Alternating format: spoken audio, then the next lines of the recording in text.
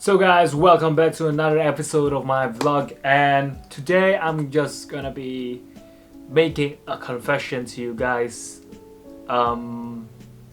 Yeah, so for those of my friends who know me for all these years, I have been a Canon geek. I mean, come on, I've been using Canon cameras, Canon systems ever since I was a kid. And yeah, so I mean, I have been using it ever since I was in junior high, I guess. And I love Canon. I mean, I gotta say, I gotta give it to Canon. I mean, it's really easy to use and it has everything you need. If you guys are wondering what camera I'm currently using right now, I'm using a 5D Mark II, and it's also the camera which I'm using to record this video currently. And so yeah, I personally changed. I just bought the Sony A6400, and I know for those of you Canon friends too out there, I mean, making this change is not easy. I had to I had to really weigh out and balance out, like, is it really worth it to change into the Sony APS-C mirrorless camera? I mean, come on, who uses I mean, I've been using full frame ever since like 4 or 5 years ago. I mean, come on, I've been using 5D Mark II for almost 4 or 5 years, and to do my professional work, to do video recording, weddings, portraits, and a lot of stuff. I mean, this thing is a beast, and it is like, I think how old it is. I think it's from 2012 if I'm not even mistaken, and it's still doing its job. But unfortunately, I mean, I'm trying to focus myself currently into this vlogging, YouTube kind of area, and I really cannot maximize the use of the 5D Mark II because first of all, the reason number one is that it is huge. I mean, guys, come on, if you have ever hold a 5D Mark II, I mean a 5D in general, it is huge. It's not as huge as a 1D, but I mean, it still is some weight, extra weight in your bag. And for me, that is kind of a hassle, especially carrying it around when you are going to travel and do a lot of stuff. It is really heavy and bulky, and it's not that nice to bring. Second of all, it is, I mean, old system. 5D Mark II has, like I said, I think it has been from 2012. Hold on, let me check it first for a minute. I need to check the fact. Okay, I have been mistaken before. It says here that the 5D Mark II is released in November 2008. I mean, wow. It is a 12 years old camera. Come on. The system is really old. I mean, yes, it does take really good portraits. It still takes, I mean, good video, high quality video. I mean, it is a beast, especially back in the time during 2008. This is like the first, I mean, cinema, DSLR. I mean, this is like the best, the beast. That is a really good thing. Even till now, I'm still using it to shoot this video. I mean, still good, but then again, the system is really old, especially like this, where I have no friend to help me out.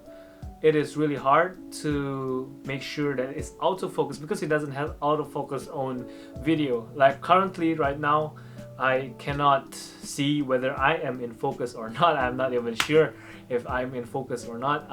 I need to go back and forth from the camera just to set the focus manually to make sure that I am in focus with the camera for the video, and especially in vlogging, it is really I think it's really crucial for vlogging. And yeah, number 3, back to the same point, it doesn't have any flip screen.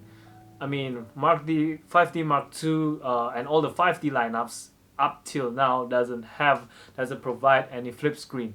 And as a vlogger, as someone who's trying to vlog, it is really hard to see yourself without any screen. And I mean, yeah, people could say like, yo, you could just buy an external monitor and, you know, just put it up there and then you can see yourself, right? I mean, that's not hard, is it? But then again, like I said, portability.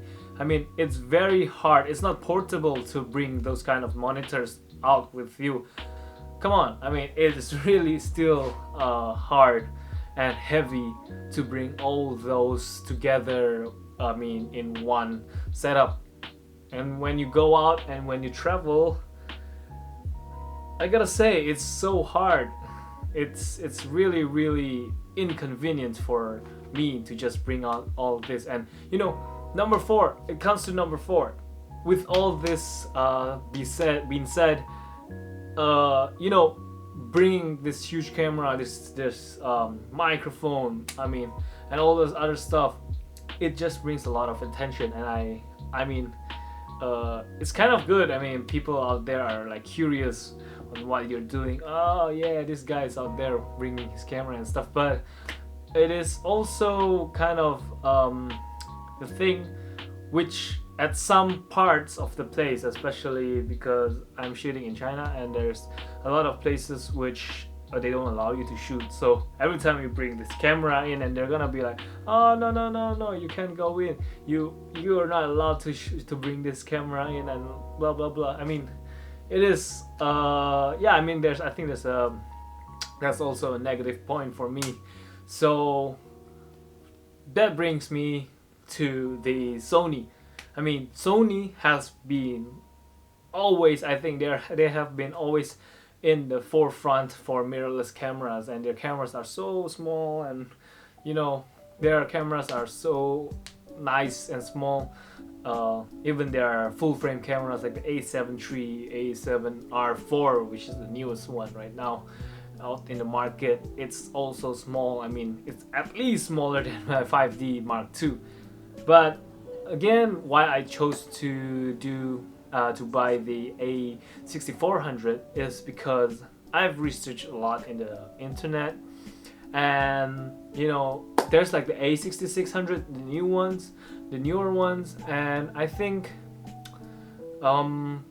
because I'm just starting out in this vlogging scene, YouTubing scene, I just want to have a camera which I could just, you know, bring out anywhere, and you know, I could just be able to shoot in 4K 24 is enough for me, and I also be able to shoot slow motion in the 120p, so that I could get this creamy buttery creamy smoothly footage, like just like Peter McKinnon's B-rolls. And you know, I mean, I just want that options. I just want to have that options. I mean, it's hard because I'm not able to create those kind of shots or videos because I'm limited by my old camera, and it's so frustrating because yeah, because I've actually used this system. I mean, because back then when I was working in wedding photography and videography, I've used both the A7 III, I've used the 5D Mark IV, I've used the A7R III, and also the A6500, if I'm not mistaken, I forgot. I've used all these systems, I mean, all this and more advanced cameras, and it is so great. I mean, the system, the camera, the video capabilities of these cameras are so great. And but the problem is those cameras are not mine. Those are like the company's cameras. So I'm just able to borrow them and use it to create some content for them, and then that's it. I mean, yeah, sucks, but went I've I've kind of like tried it firsthand, and I felt its power, and it's so tempting to just go buy one myself. But yeah, I bought the A6400 because I wanted to start out in this vlogging. So I'm just starting out in this vlogging scene, so I wanted something small, something just enough to something just which is just enough to me for me to do vlogging and to shoot b-rolls and stuff. That's why I did not buy the bigger brother A6600, which I think, and a lot of people also commented in the internet, which they said 6600 is not that worth it. It's not that worth of an upgrade.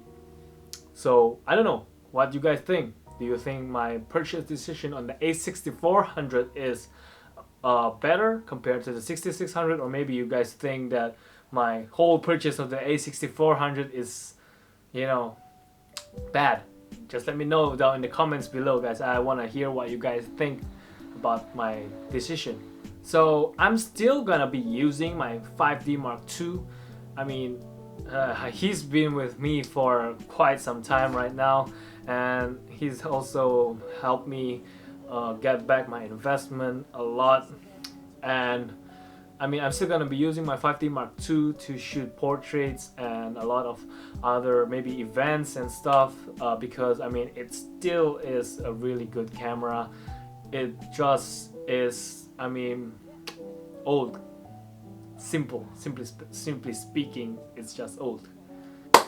So guys, my A6400 is going to arrive in, I think, tomorrow. Yeah, I think it's gonna be arrive tomorrow or the day after tomorrow, depending on the delivery guy. But I think it's already here in Nanjing, but I'm not sure when it will arrive. So don't forget to subscribe to my channel if you want to watch that review, guys. And also, I'm gonna be talking a lot about my personal life, my photography and videography journey, and also my workout routines here in my channel. So don't forget to subscribe and click the like button below, and feel free guys to leave your comments down below if also you want to support this channel, and just let me know what you guys think and what contents you want from me, so I will be able to deliver that right into your hands. Alright guys, so that's all for today, and peace out.